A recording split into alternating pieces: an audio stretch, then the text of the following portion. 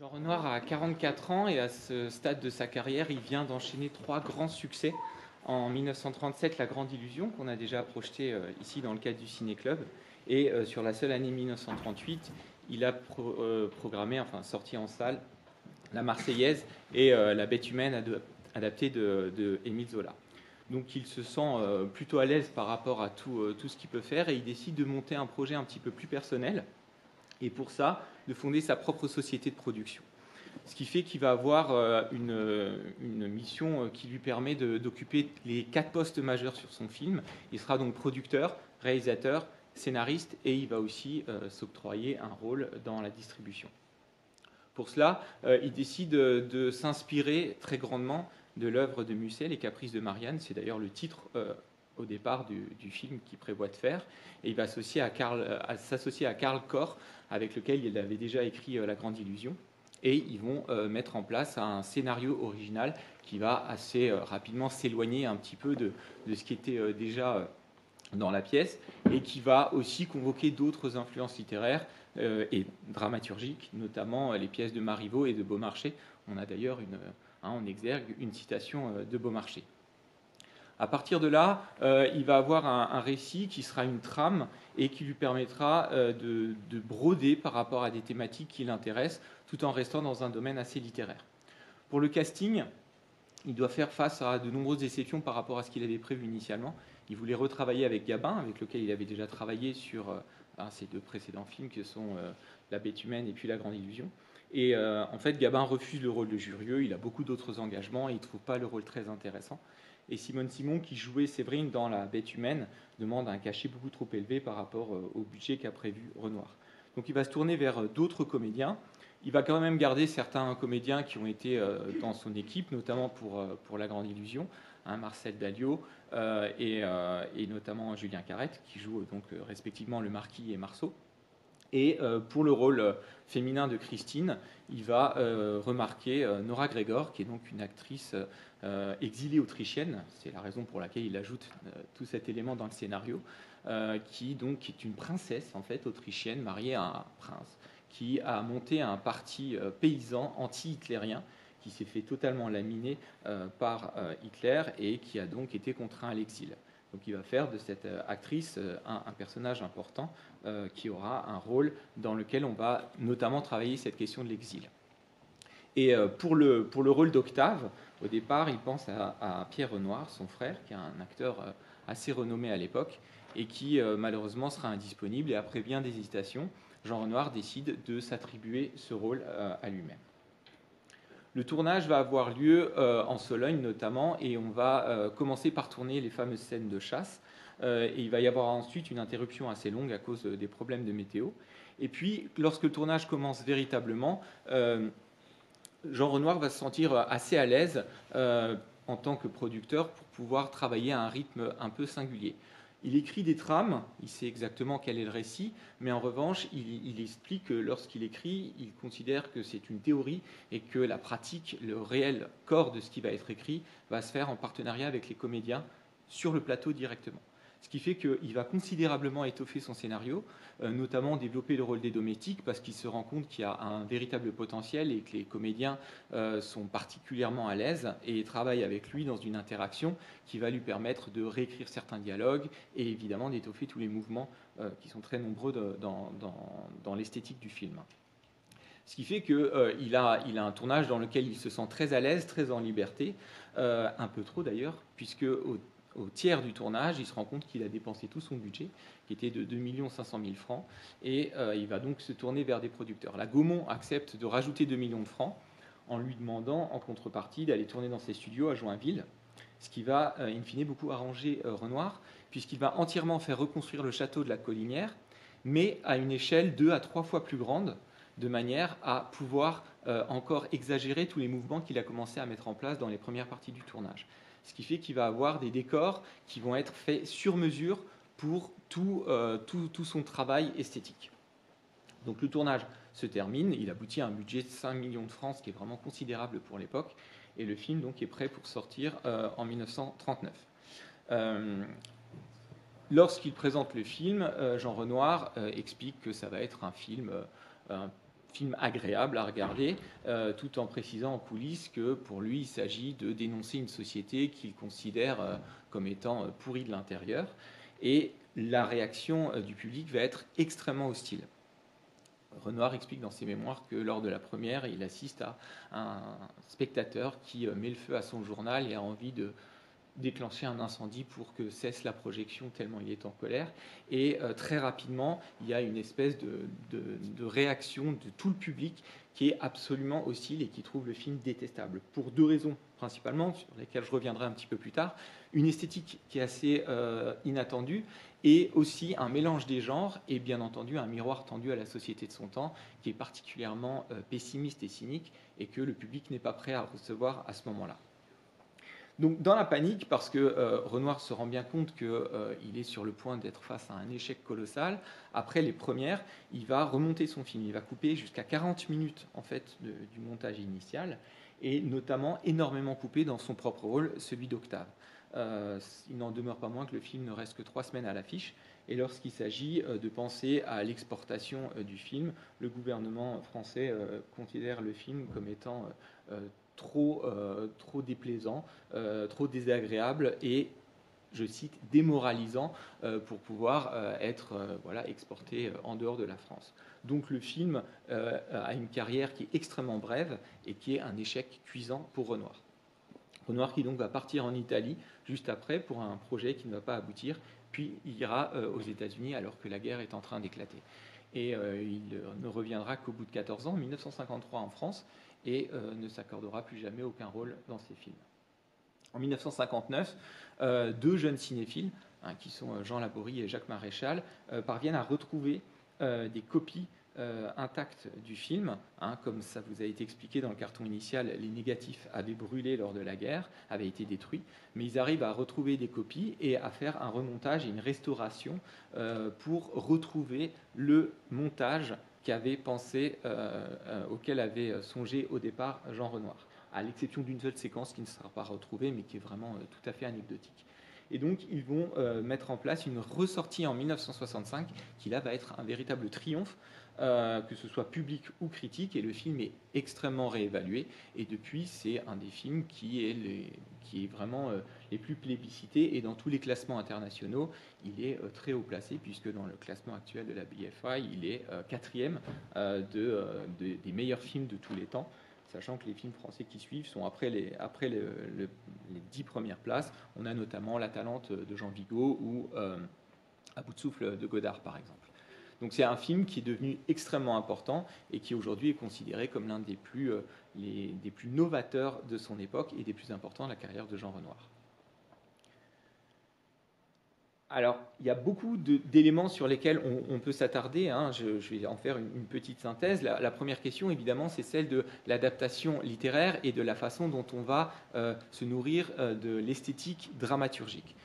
Jean Renoir, on l'a dit, s'inspire des Caprices de Marianne et va proposer un film dans lequel il va convoquer des motifs qui sont extrêmement reconnaissables. On va avoir des Caprices de Marianne cette question du motif du triangle amoureux, d'une femme qui hésite entre deux hommes et un des deux, suite à une méprise, en mourra. Donc ça, c'est la trame principale. Mais on va aussi retrouver de chez Beaumarchais toute cette relation entre les maîtres et les valets qui va donner lieu à de nombreux échanges, à de nombreux procédés d'écho, où on va avoir évidemment une façon de se comporter chez les maîtres et une autre chez les valets étant plus francs, étant plus grossiers, étant plus brutaux par exemple, et qui va aussi intéresser le scénariste Renoir, ce sont les chassés-croisés amoureux et les marivaudages qu'on retrouve donc chez Marivaux, avec cette façon de se travestir, cette façon de changer de rôle.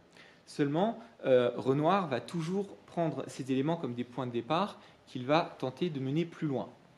On le voit, chez Musset par exemple, on a un triangle amoureux, alors que là, vous allez en avoir 3, dont Séverine qui est au sein de 2 triangles différents. Il y a son mari et sa maîtresse à elle, et elle va se retrouver à hésiter avec Jurieu, puis potentiellement avec Octave, et ce triangle amoureux va être aussi dans une déclinaison chez les domestiques entre Marceau, Schumacher et son épouse.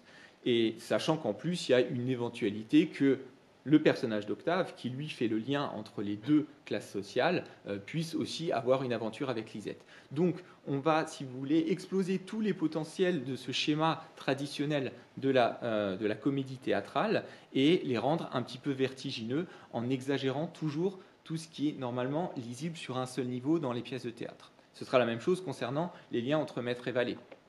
On a effectivement ces deux couches, mais on voit très rapidement des binômes qui se créent. Si vous regardez par exemple la relation de complicité, voire d'amitié qu'on peut avoir entre le marquis et Marceau, ou entre Lisette et Christine, on a à chaque fois d'autres groupes qui se créent et qui font que les couches qui sont censées ne pas se mélanger ne vont cesser en réalité de ménager certaines passerelles. Et on va aussi aller dans un degré encore plus fort de ce point de vue-là, puisqu'on va montrer au bout d'un moment une inversion et une interférence, puisque les domestiques eux-mêmes vont avoir un comportement qui sera celui un petit peu des maîtres, en s'incrustant dans le bal, en entrant dans des lieux qui normalement ne leur sont pas dédiés. Et de la même façon, on va avoir des maîtres qui deviennent grossiers, qui se laissent aller à l'alcool ou qui se battent comme des chiffonniers selon leur propre aveu. Donc tous ces éléments-là vont créer une sorte de confusion et une cacophonie progressive qui va dérégler un petit peu toutes ces références littéraires. Bien entendu, sur ce canevas dramaturgique, Renoir va ajouter la dimension cinématographique. Et ça, c'est quelque chose qui va être extrêmement important. On a la dynamique de l'écriture à laquelle va s'ajouter évidemment le mouvement cinématographique, c'est son esthétique propre, dans lequel il va faire bouger les personnages, mais aussi les espaces eux-mêmes. En 1930, il faut bien comprendre qu'on est à un stade qui est assez particulier par rapport à l'esthétique cinématographique. On l'a vu il y a peu de temps, quand on a projeté Chantons sous la pluie, l'avènement du parlant, en 1927, va considérablement alourdir les machines. Vous vous rappelez probablement cette séquence où on voit justement des caissons, des câbles, qui font que les personnages sont beaucoup moins libres de leur mouvement quand arrive le parlant. Et le public s'est habitué à une mise en scène assez statique, et qui finalement revient un petit peu à quelque chose de théâtral. Et ça, c'est quelque chose que va complètement vouloir briser Renoir dans sa mise en scène. Donc c'est une mise en scène du mouvement qui est novatrice pour l'époque et qui va aller très loin dans la recherche. On le voit d'abord évidemment par rapport à la manière dont la caméra elle-même bouge, avec les travelling, les panoramiques, la manière dont on va chercher les personnages. Pour Renoir, ces personnages sont des personnages fluides et lui tente de les rattraper et de capturer un petit peu ce qui peut leur arriver.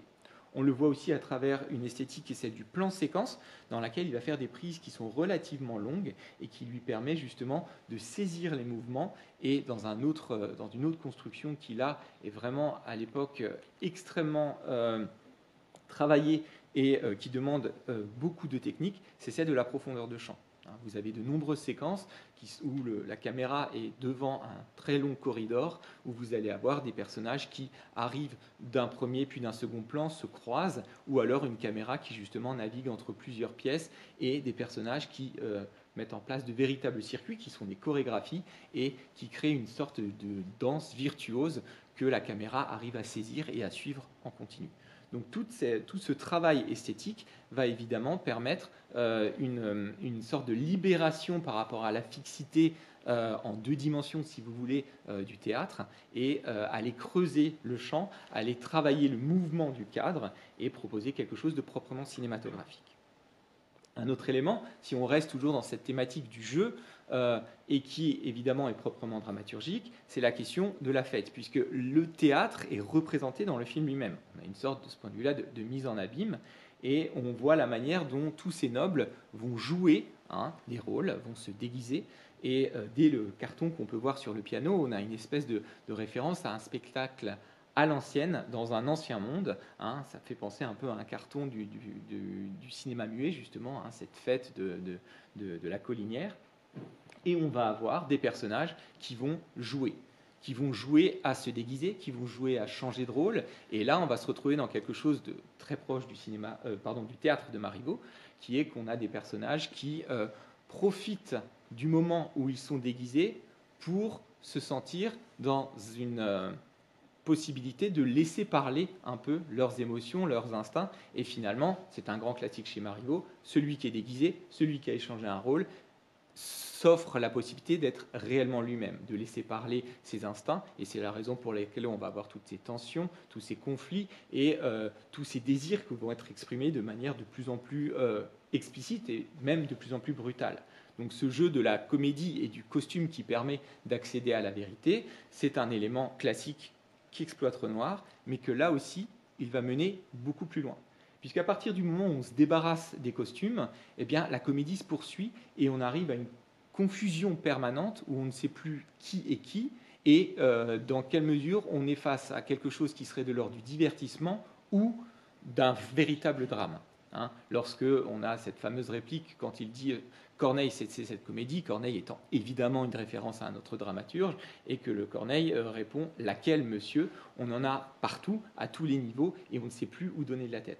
Donc les personnages débridés ont mis des costumes et même quand ils les enlèvent, continuent à jouer une comédie sans savoir exactement où ils se dirigent.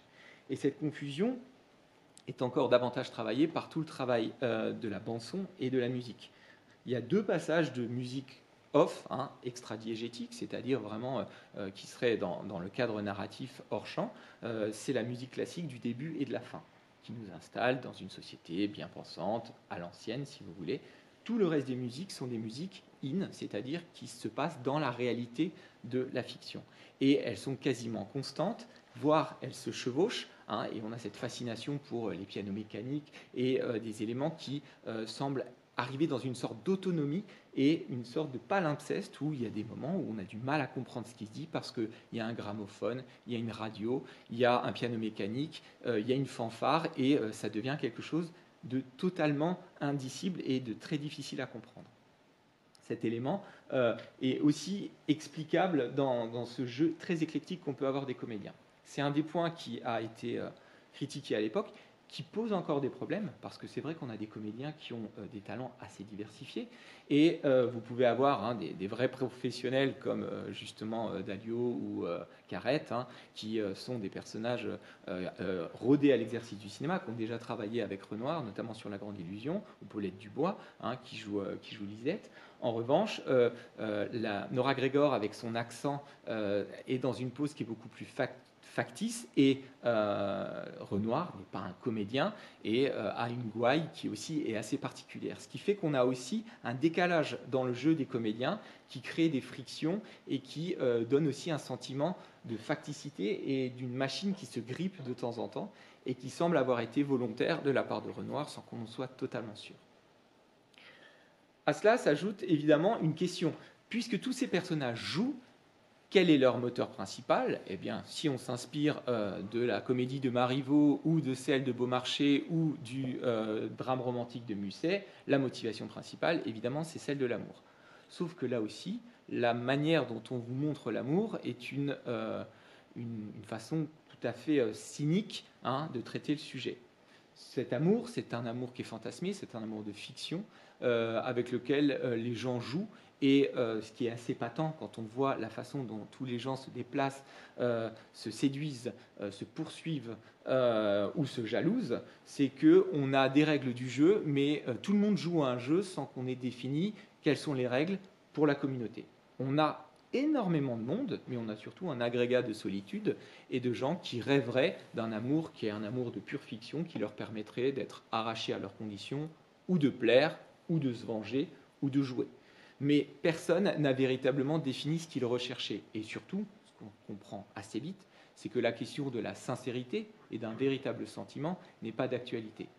Les gens accueillent l'amant de l'autre sans aucun problème, on joue, on fait des alliances, mais on considère toujours les moments de sincérité comme des moments de faiblesse. On le voit, ce qui déclenche le désir de Christine pour avoir une aventure réellement extra-conjugale avec Jurieu, c'est lorsqu'elle constate que son mari est en train d'effectivement avoir une relation avec une autre. Ce fameux passage de la lorgnette où elle voit quelque chose qu'elle n'était pas censée voir. Et de la même manière, ce passage-là est un des rares moments de sincérité entre la maîtresse du marquis qui lui demande un véritable baiser d'adieu, sincère pour une fois, et c'est à partir de ce moment-là que tout se perd. Donc, Christine, c'est une figure, selon les mots même de Renoir, une figure de romantique attardé, hein, qui va progressivement jouer et puis perdre de son innocence et se rendre compte qu'à partir du moment où l'amour pourrait être un véritable engagement, ça ne l'intéressera plus et qui multipliera les occasions sans jamais savoir exactement où elle va. Hein, jusqu'à dire que voilà, c'est assommant les gens sincères. La sincérité devient un problème parce qu'elle empêche ce jeu amoureux qui finalement n'aurait qu'une finalité, c'est celle de l'exergue qu'on a hein, de Beaumarchais, c'est le fait de voltiger. Ce qui compte, c'est voltiger, c'est un mouvement continu qui n'a pas pour vocation de se poser. D'où une vision finalement assez stérile de l'amour. Il y a cette question des enfants qui est à peine évoquée, on se rend compte qu'il n'y a aucun enfant dans ce film, et la fascination du marquis pour justement tous ces automates, toutes ces poupées hein, qui créent des images un peu effrayantes, un peu étonnantes par moments, ou ces plans assez amusants où on les voit dialoguer et vous avez des grandes statues à côté d'eux, ça donne une sorte de réification générale, si vous voulez, de pétrification, qui fait qu'on voit bien que ces personnages évoquent un amour qui reste une pure construction à laquelle ils n'ont pas véritablement accès. En somme, ils cherchent l'amour simplement pour se désennuyer. Et c'est l'un des grands thèmes aussi hein, de ce jeu, de la règle du jeu, c'est que nous avons des personnages qui cherchent tous à se divertir. À se divertir au sens le plus pascalien du terme, hein, cette idée que le grand drame de l'être humain, c'est son incapacité à rester assis sans rien faire, parce que surgirait l'ennui, surgirait des réflexions, surgirait des angoisses sur le sens de la vie et le caractère inéluctable de la mort, par exemple. Et cette dimension-là, elle justifie toute cette vaste comédie et cette vaine comédie qu'est tout ce séjour à la Collinière. On est en 1930 et ça c'est quelque chose que veut véritablement aborder Renoir et c'est probablement la raison pour laquelle ça a été si mal reçu. On est dans un contexte où on sort de la Première Guerre mondiale, on sort de la crise de 29 et on estime que là on a le droit à du répit et on a le droit de se divertir et de se faire plaisir. On est dans une société qui ne regarde pas ce qui se passe autour d'elle.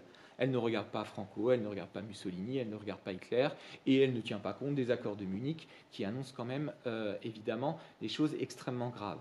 Donc cette façon de se replier sur soi, de penser à court terme et de voltiger comme ça, c'est évidemment ce que veut absolument fustiger Renoir dans son film. Il le dit, hein, c'est un film sur la guerre et pourtant aucune allusion à la guerre n'est jamais faite.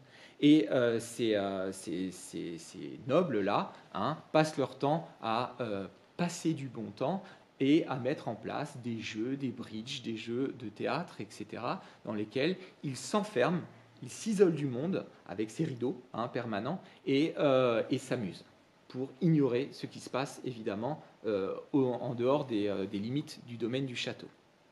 Et évidemment, on a l'organisation du spectacle, les jeux de cartes, mais bien entendu aussi le grand événement qui est celui de la chasse. La chasse, c'est un moment crucial du film qui a fait l'objet d'une esthétique qui sort vraiment de l'ordinaire par rapport au reste.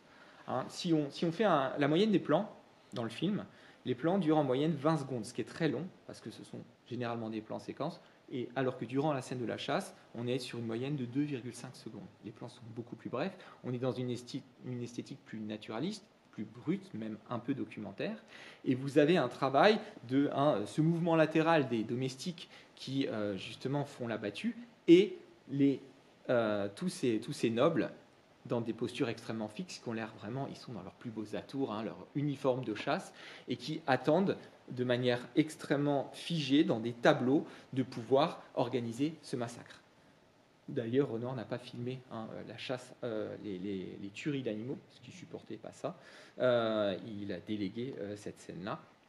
Et c'est un moment, évidemment, qui, bien entendu, préfigure beaucoup de choses, qui préfigure la guerre qui menace très clairement, et qui préfigure évidemment aussi le meurtre de Jurieu, qui mourra très clairement comme un lapin, on le voit dans le geste, et c'est même encore souligné par Marceau quand il évoque sa mort.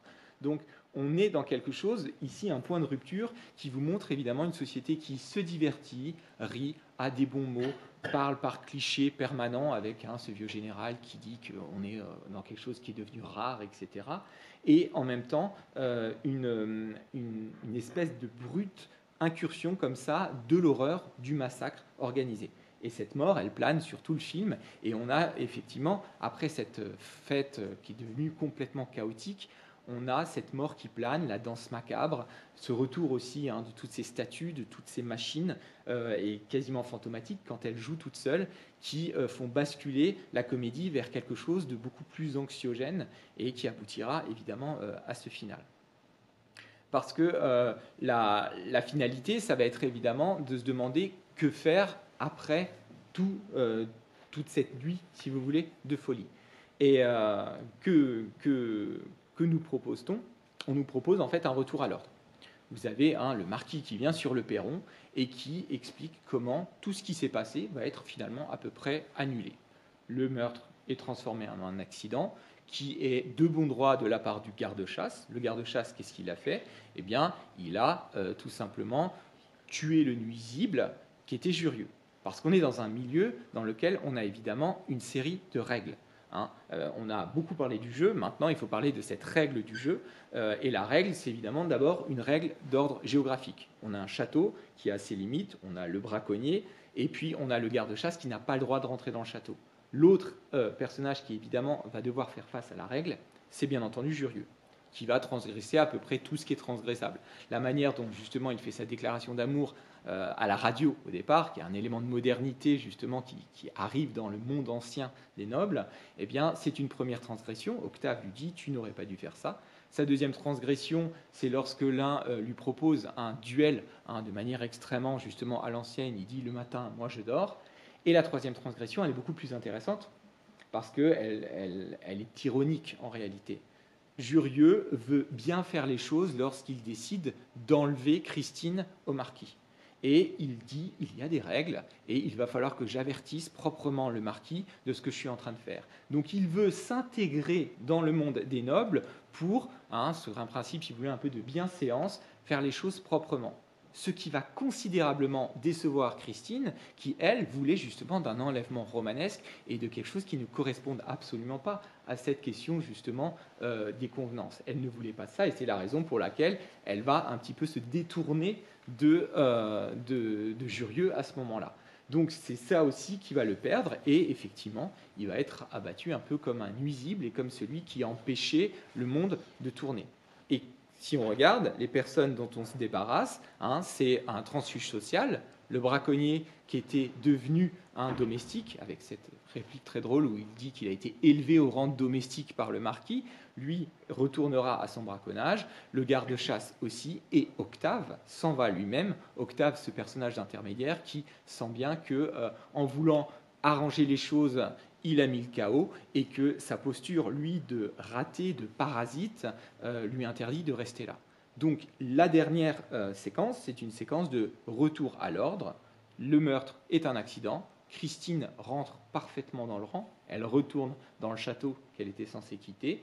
Et on explique que la fête se poursuit et qu'on fera ce qu'il faut faire dans de pareilles circonstances en payant les hommages nécessaires à cet homme qui serait devenu un ami entre-temps. Donc, qu'est-ce qu'on nous montre? Un monde dans lequel tout est rentré dans l'ordre et tout, évidemment, correspond de nouveau au cadre. Simplement, évidemment, on sent bien que ce retour au cadre est une pure illusion de la part de tous ces personnages et que ce qui intéresse Renoir, c'est de montrer cette illusion. Le motif de détestation à l'époque du public, il est aussi là. Il est dans le mélange des tons et dans le fait qu'on a un regard très ironique sur ce qui se passe, qui montre bien une distance profonde par rapport à tous ces personnages. Ces personnages sont risibles, ces personnages ne sont pas sincères, ces personnages sont dans la pose, et ces personnages se fourvoient totalement lorsqu'ils pensent avoir réglé toute la situation. Renoir a un regard qui va fasciner la nouvelle vague. Et c'est la raison pour laquelle, quand le film ressort en 1965, il va avoir un tel succès. Parce qu'à cette époque-là, le public a largement évolué dans sa façon de regarder les films. À partir de 1959, on a la nouvelle vague, vous avez les 400 coups de Truffaut, puis vous allez avoir justement un bout de souffle, etc., de Godard. Et il y a un renouveau du public qui est prêt à justement quelque chose de totalement nouveau. Et lorsqu'on ressort la règle du jeu, on a évidemment tout le travail des journalistes, et c'est la raison pour laquelle Renoir, dans le carton qu'on voit initialement, approuve cette nouvelle version et dédie son film en hommage à M. Bazin, qui est le grand critique qui a influencé les jeunes Turcs des cahiers du cinéma. Et Bazin avait une immense admiration pour ce film. Et il en explique la modernité qui a posé problème à l'époque. C'est qu'en fait, on est dans un film qui n'a pas de personnage principal, dans un film qui a de multiples intrigues qui n'ont pas réellement d'aboutissement, et dans un film dans lequel on n'a pas réellement non plus une situation finale. On l'a vu dans le théâtre, quand on enlève un costume chez Marivaux, c'est pour dire, bon ben voilà, c'était moi, c'était toi, on est sincère, voilà, on se marie et tout le monde est heureux. C'est absolument pas ce qui se passe ici. Et cette absence justement de résolution est résolument moderne. Et comment va faire Renoir pour justement montrer cela? Par une esthétique qui elle-même est très moderne. La virtuosité de Renoir, et c'est ce qui fascine Bazin notamment, il va parler de cinéma sans cinéma. C'est-à-dire qu'il explique que tout le formalisme de Renoir, qui est extrêmement étudié, qui est extrêmement travaillé, est toujours au service de quelque chose de totalement authentique. Je fais une toute petite parenthèse, mais 2 ans plus tard, 1939, donc en 1941, sort Citizen Kane, qu'on a eu l'occasion de voir ici, qui lui aussi est un jalon dans l'histoire du cinéma, et qui pourtant, esthétiquement, propose quelque chose de radicalement différent, de beaucoup plus ostentatoire, de beaucoup plus expressionniste, et qui ne cherche pas à capturer le réel comme le fait Renoir. On a une autre approche aussi du vide et de la vanité, le thème est assez identique, mais en revanche, l'esthétique n'a pas grand-chose à voir. Chez Renoir, ses mouvements de caméra, sa profondeur de champ sont vraiment des quêtes de la vérité des personnages, raison pour laquelle il travaillait tellement avec ses comédiens. Et lorsque la caméra poursuit, ce n'est pas pour montrer la beauté du parcours d'un travelling ou d'un plan séquence, c'est pour aller chercher quelque chose. De la même façon, ces fameux plans en profondeur de champ vous donnent une sorte de vibration dans laquelle il y a un monde profus, dans lequel il se passe des tas de choses, et nous-mêmes, on peut aller chercher un fragment, et en se disant, si je regarde là, je risque de perdre quelque chose qui se passe à un autre niveau du cadre. Et c'est la raison pour laquelle Truffaut disait que lorsque lui avait vu la règle du jeu au cinéma, il avait envie d'y retourner le lendemain pour voir si les événements allaient se dérouler différemment. Tant il avait le sentiment justement que quelque chose de spontané et d'authentique était en train de se dérouler. Alors qu'au départ, on a un peu mal à rentrer dans le film, il y a cette facticité assez rigide, et puis progressivement, ça se fluidifie, et on a tous ces mouvements qui vont être capturés. Et on se retrouve donc face à une esthétique de la transparence dans laquelle, justement, Renoir ne donne pas de leçons, montre les choses telles qu'elles sont, un lapin qui meurt, par exemple, et en même temps ne va pas manipuler le réel. Il vous montre les choses comme elles se déroulent, et il va aussi, et c'est aussi ce qui est intéressant, c'est qu'à côté de la transparence, vous avez une opacité qui se maintient. C'est un monde étrange dans lequel certains personnages ne comprennent pas ce qu'ils font, ne comprennent pas ce qu'ils sont, et nous, spectateurs, nous serons condamnés à être dans les mêmes limites de la perception, si vous voulez. La place de Renoir, c'est celle de son personnage Octave lorsqu'il est sur ce fameux perron. Parce que la déclaration finale sur le perron du marquis, elle a été anticipée par ce moment où le personnage joue au chef d'orchestre sur le perron. Octave y va, se souvient, et il est en train de mimer ce chef d'orchestre qu'il a admiré. Lui est un poète raté, il n'a pas réussi. Et on peut vraiment y voir une métaphore de la place de Renoir, chef d'orchestre du vide. Puisque c'est un monde vide, c'est un monde qui aboutit à quelque chose finalement d'inepte, dans lequel on a tenté de tout effacer, et surtout un monde qui se ment à lui-même et qui ne voit pas ce qui est en train de se passer. Et le découragement avec lequel le personnage d'Octave, après avoir joué un petit peu au chef d'orchestre, s'assied, peut vraiment figurer celui du cinéaste qui regarde ce monde, qui a réussi à l'accompagner avec virtuosité, mais qui est profondément pessimiste par rapport à ce qu'ils sont en train de faire, à savoir danser sur un volcan sur le point d'entrer en éruption. Merci de votre attention.